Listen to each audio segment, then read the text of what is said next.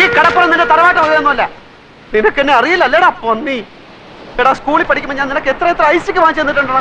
എടാ എല്ലാ കണക്ക് പരീക്ഷയ്ക്ക് നീ എന്റെ പേപ്പർ കോപ്പി അടിച്ചല്ലേടാ ജയിച്ചത്. എടാ 8ാം ക്ലാസ്സിൽ പഠിക്കുമ്പോൾ ഹൈമാവതിയുടെ ചോറ് കട്ട് നിന്നതിനെ നിന്നെ സ്കൂളിൽ സസ്പെൻഡ് ചെയ്തപ്പോൾ ഞാനല്ലേടാ കുറ്റം ഏറ്റെടുത്ത് നിന്നെ രക്ഷിച്ചേ. പറയടാ. കഴിഞ്ഞ എന്ത് കഴിഞ്ഞാന്ന് പറഞ്ഞു കഴിഞ്ഞോന്ന്? കഴിഞ്ഞെങ്കിൽ ഞമ്മക്കും ചിലത് പറയാനുണ്ട്. എനിക്ക് കേൾക്കണ്ട. എന്നാ ചെവി പൊത്തിക്കളാം. പലിശക്ക് പണം കൊടുക്കുന്ന മാമാന്റെ ആട്ടും തുപ്പും സഹിച്ചിട്ട് നമ്മളിവിടെ കയ്യാ. എന്തിന്? മൈമുനേനെ മറ്റാരും തട്ടിക്കൊണ്ടുപോവാതിരിക്കാൻ വേണ്ടി. ശമ്പളം ഇല്ല, നല്ലൊരു ഷഡ്ഡി വാങ്ങാനുള്ള പൈസ പോലും അയാൾ തരില്ല. സഹിക്കുക. അങ്ങനെ ഇരിക്കുമ്പോൾ കഴിഞ്ഞ കൊല്ലം നാട്ടിൽ നിന്നൊരു പഹയം വന്ന് ചാടി.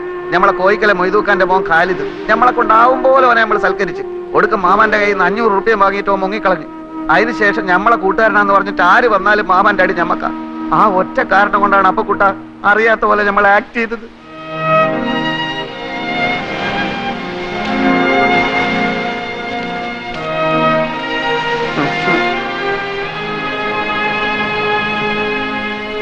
എന്നാലും ഒരെന്നാലുമില്ല. എന്റെ ഈ വിഷമം മാറണമെങ്കിൽ നീ എനിക്ക് ചില സഹായങ്ങൾ ചെയ്തു തരണം.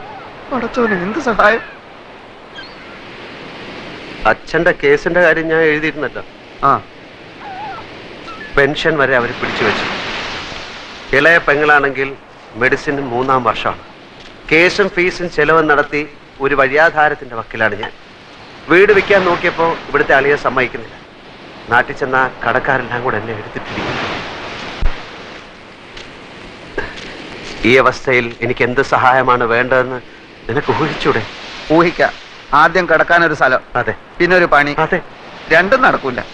നൂറേ മോനെ അപ്പക്കുട്ട, നമ്മൾ തലയായിക്കുന്ന എവിടെയാന്ന് അറിയാം നിനക്ക്? ഇത് അങ്ങോട്ട് നോക്ക്. ആ ജ്യൂസ് കടയുടെ പിന്നിലൊരു മറയുണ്ട്. അവിടെയുള്ളൊരു ബെഞ്ചിലാണ്. നല്ല വീതിയുള്ള ബെഞ്ചാണോ?